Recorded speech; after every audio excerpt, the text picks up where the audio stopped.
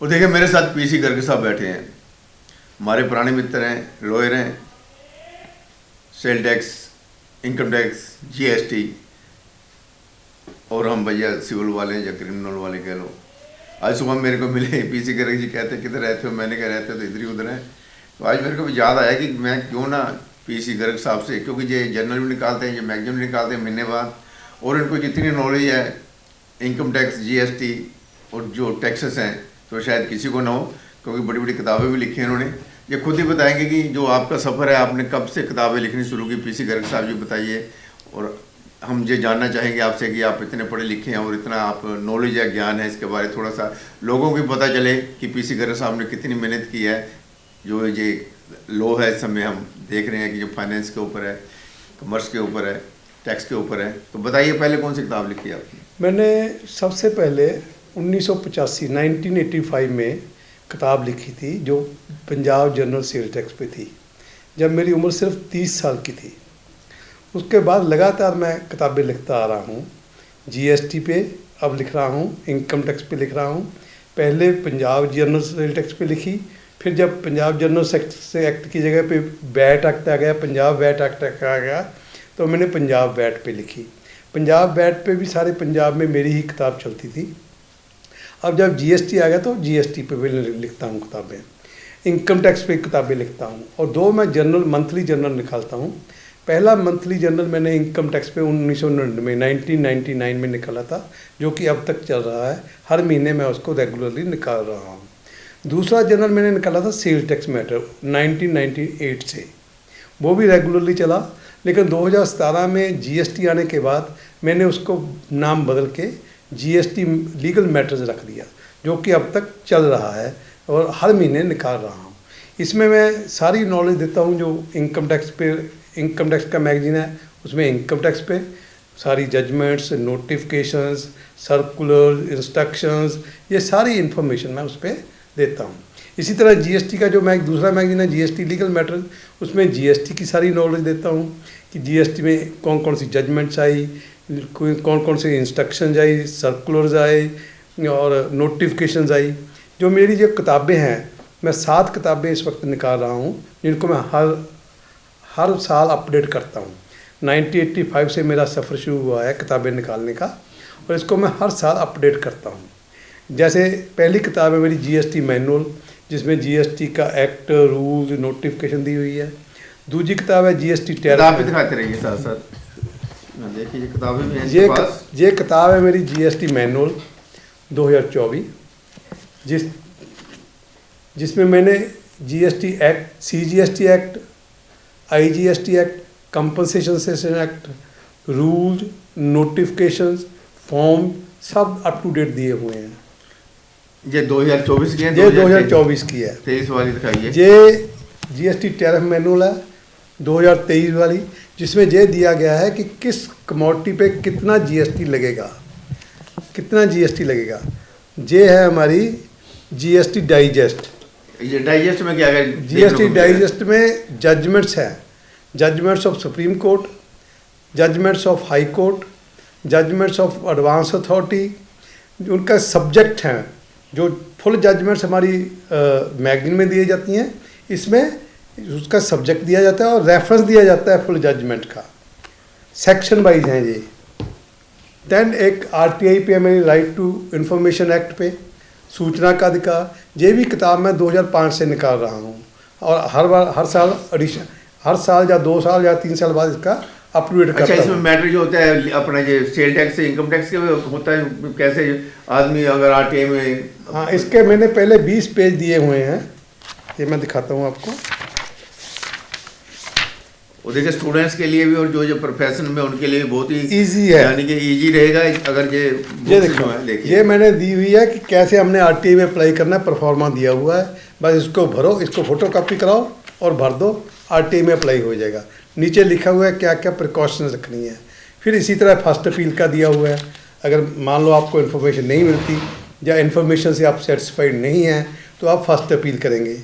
First appeal के बाद अगर फर्स्ट अपील से भी सेटिस्फाइड नहीं है तो आप कमीशन में जाएंगे, इन्फॉर्मेशन कमीशन, जो कि चंडीगढ़ में है। इसके एक चंडीगढ़ में तो अपना पंजाब स्टेट का है, जो सेंटर का है वो सेंटर का दिल्ली है। दिल्ली है। सेंटर तो का दिल्ली आजकल है। ऑनलाइन भी अपना हो जाती है वो। हाँ, ऑनलाइन भी हो जाती है, स्टेट में भी ऑनलाइन हो जाती है, ठीक है। सेंटर में भी ऑनलाइन। जाना नहीं पड़ेगा, यहीं पर हो जाएगी। यहीं पे हो जाएगी ऑनलाइन। ऑनलाइन हीयरिंग भी हो जाएगी, ठीक है। ऑनलाइन हीयरिंग भी हो जाएगी। इसमें ये किताब देखने में छोटी लगती है लेकिन कंप्लीट है, पर्टिकुलरली पंजाब के लिए, क्योंकि इसमें पंजाब के रूल, पंजाब के इंफॉर्मेशन के रूल्स वगैरह भी सब दिए हुए हैं। तो और दिखाइए। ये है हमारी इनकम टैक्स पे सैलरी वालों के लिए किताब, कि उनको उन्होंने कैसे कंप्यूट करना है, इनकम टैक्स कैसे कंप्यूट करना है, कैसे रिटर्न फाइल करनी है। ये हमारी किताब है जीएसटी सर्कुलर पर नॉन टैरिफ, यानी जिन पे जो नॉन टैरिफ से रिलेटेड है वो जीएसटी सर्कुलर इसमें दिए हुए हैं। जो टैरिफ से रिलेटेड वो हमारी अगले पहले जो मैंने किताब दिखाई है टैरिफ वाली, उसमें दिए हुए हैं। ये हमारी किताब है income tax digest of judgments, इसमें भी जजमेंट्स दिए हैं इनकम टैक्स से रिलेटेड, ठीक है। जो सुप्रीम कोर्ट की, हाई कोर्ट की, ट्रिब्यूनल्स की, इसमें सारी जजमेंट्स दी हुई हैं।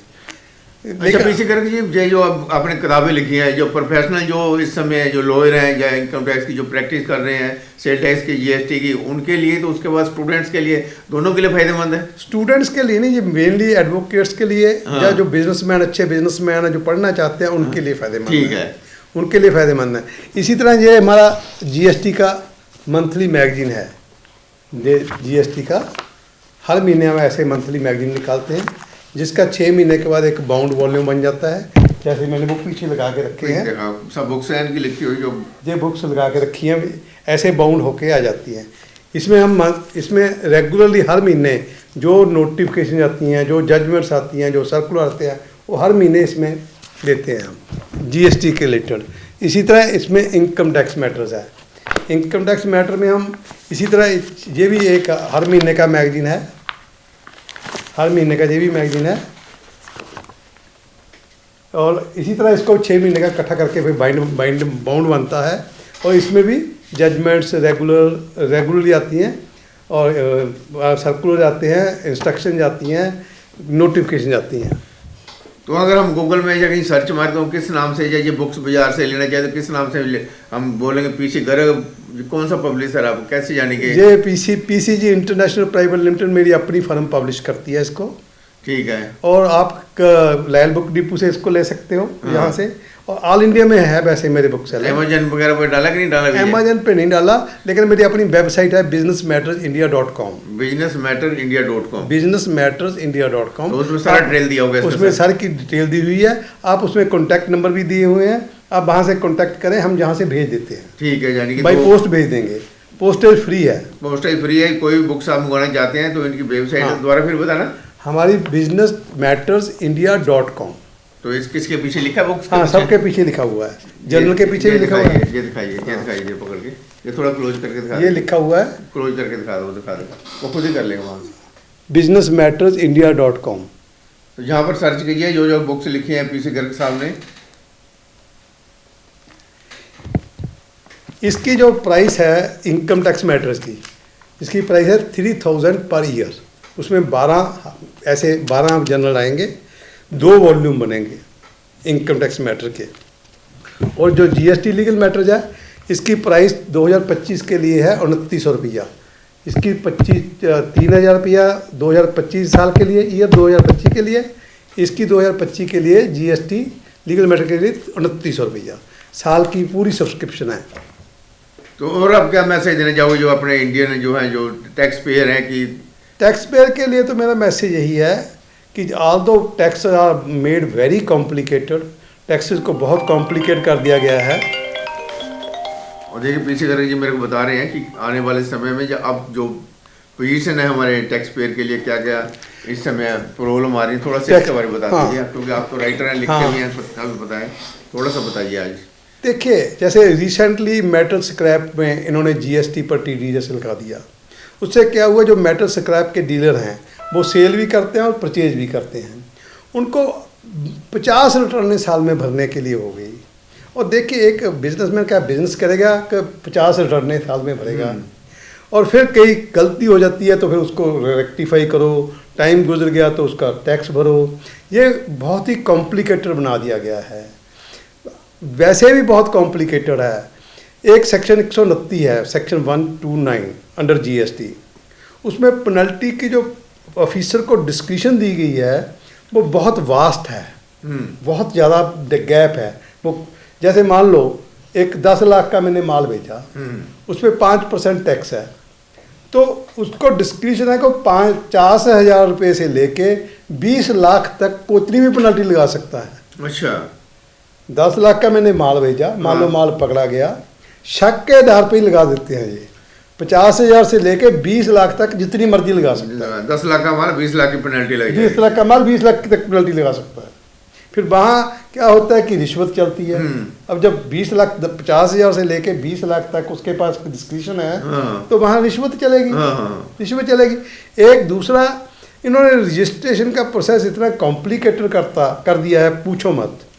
अब मैं आपको बताता हूँ रजिस्ट्रेशन में क्या है कि आपके जब अप्लाई करोगे तो आपकी रजिस्ट्रेशन की एप्लीकेशन सेंट्रल जीएसटी में भी जा सकती है और स्टेट जीएसटी में भी जा सकती है। ठीक है।